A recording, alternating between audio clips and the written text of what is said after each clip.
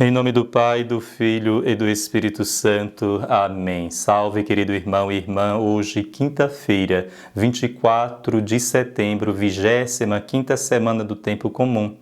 Meditaremos juntos hoje tanto a primeira leitura como também o Evangelho. A primeira leitura é tirada do livro do Eclesiastes, capítulo de 1, versículos de 2 a 11. Vaidade das vaidades, tudo é vaidade. Uma frase muito conhecida por nós. O sol se levanta, o sol se deita, apressando-se para voltar ao seu lugar, donde novamente torna a levantar-se. Todos os rios correm para o mar, e contudo o mar não transborda. Voltam ao lugar de onde saíram para tornarem a correr. Vaidade das vaidades, tudo é vaidade. Como o ponteiro dos relógios que sempre perpassam e fazem o mesmo movimento. Assim é a vida, assim é a fugacidade da vida. O homem de manhã é como a flor viçosa da erva orvalhada, mas à tarde murcha e seca. Vaidade das vaidades, tudo é vaidade.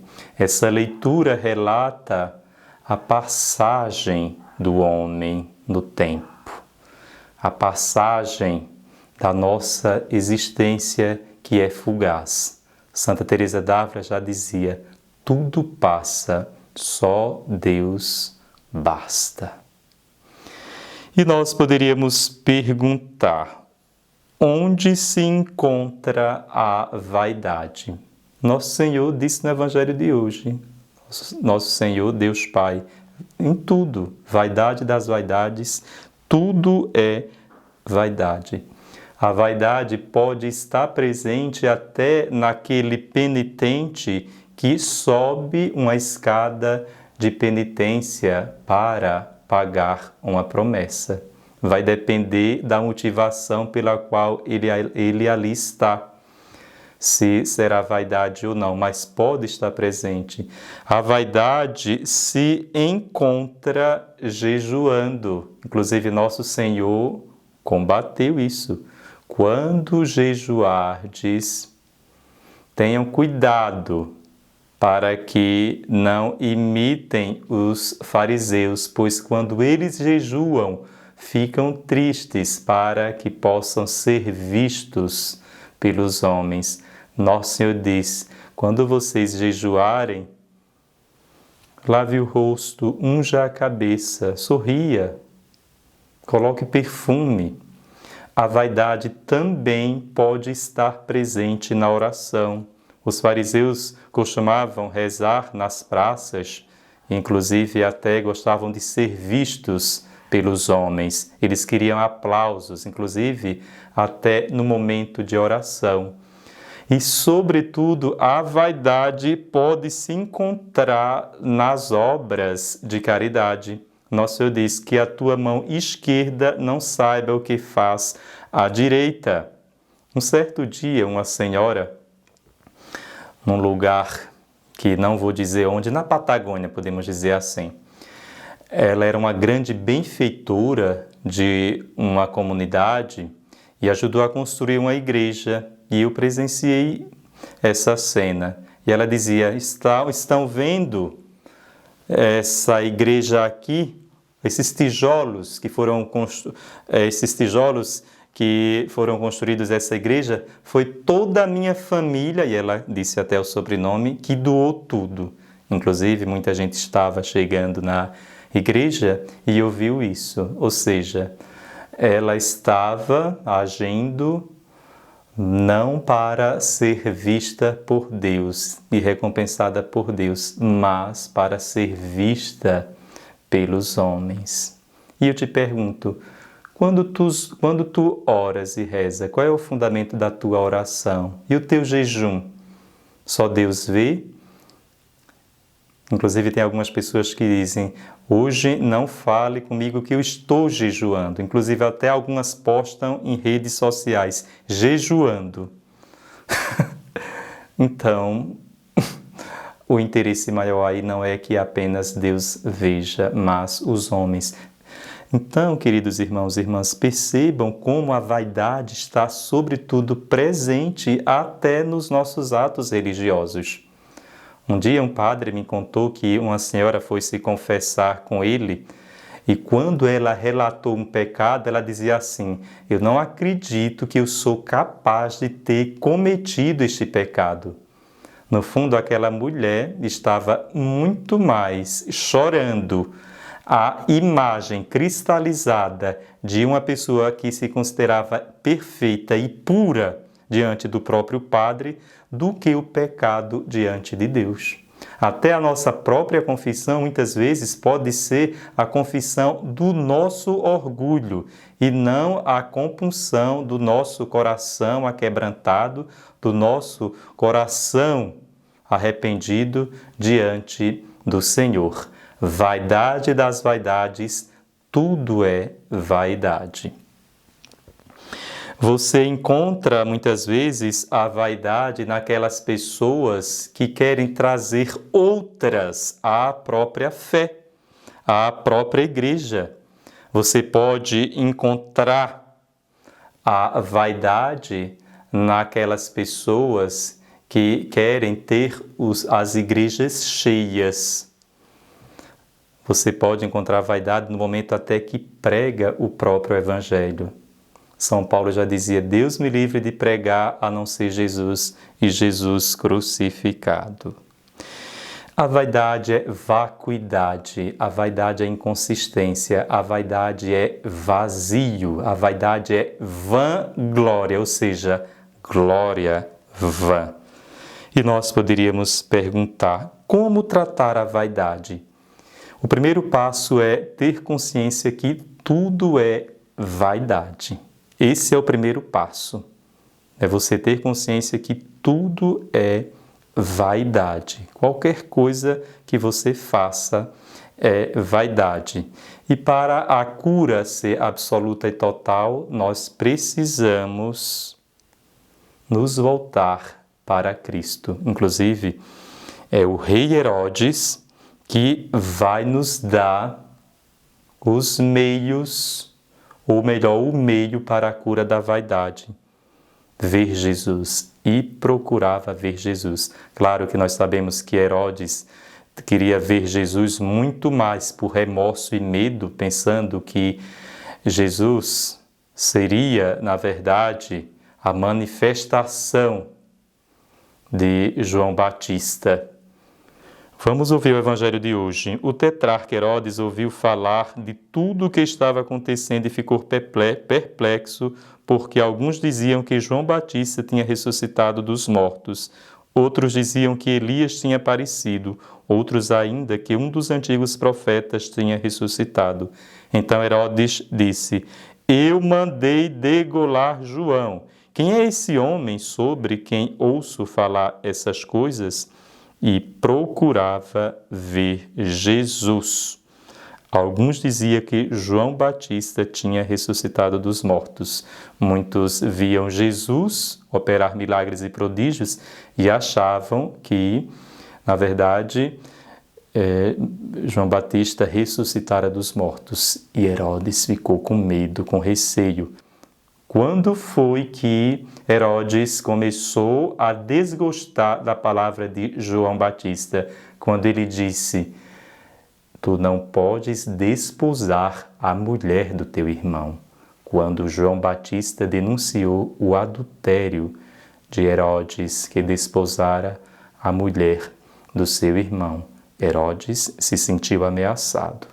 E muitas vezes acontece conosco. Só tem sentido a palavra de Deus quando ela também me denuncia. Eu vou para a missa não é para ficar leve como uma pena, é pelo contrário, eu preciso sair pesaroso dos meus pecados, das minhas falhas, Eu preciso refletir como eu estou convivendo com o irmão que está ao meu redor e, a partir da palavra de Deus, eu preciso ter um propósito de mudança e perceber o quanto eu devo melhorar. A palavra de Deus precisa me deixar muito mais constrangido por aquilo que eu ainda não fiz. E para perceber como eu estou aquém na caridade fraterna, na oração. A palavra de Deus não é para me servir, não é apenas como se fosse um unguento, uma gotinha de otimismo para que eu fique leve. Infelizmente, há muitos pregadores que estão anestesiando as pessoas dentro das comunidades. O Evangelho quer, pelo contrário, despertar as pessoas para que, ao invés de elas se servirem de Cristo, sejam servas de Cristo. Que elas não procurem apenas o poder de Cristo, mas, sobretudo, o amor. Amai-vos uns aos outros, como eu vos amei. Por isso, amados irmãos e irmãs, que hoje nós procuremos ver Jesus, não para ter medo dele, mas para amá-lo, para servi-lo, e sobretudo para entrar na escola da humildade, e assim a nossa vaidade seja curada, quando ele próprio diz: aprendei de mim que sou manso e humilde de coração. Que João Batista, que foi degolado por Herodes, ele que por excelência nos deu o exemplo do discipulado, quando disse que ele, Cristo, apareça e eu desapareça, que ele, Cristo, aumente e eu diminua, que nós hoje possamos ver Jesus na Eucaristia, nos acontecimentos, na palavra, na nossa própria história, na natureza.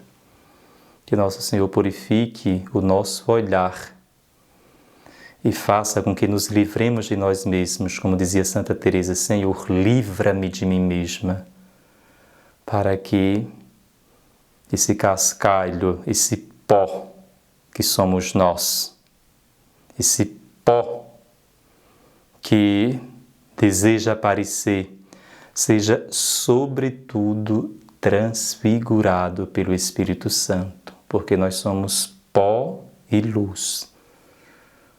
Nós somos a dança da poeira na luz. Temos um corpo, mas esse corpo também tem o Espírito. Somos barro soprado.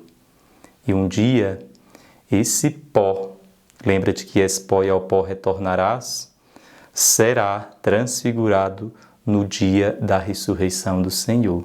Aí sim haverá o verdadeiro brilho, a verdadeira glória, quando nós formos transfigurados pelo Senhor.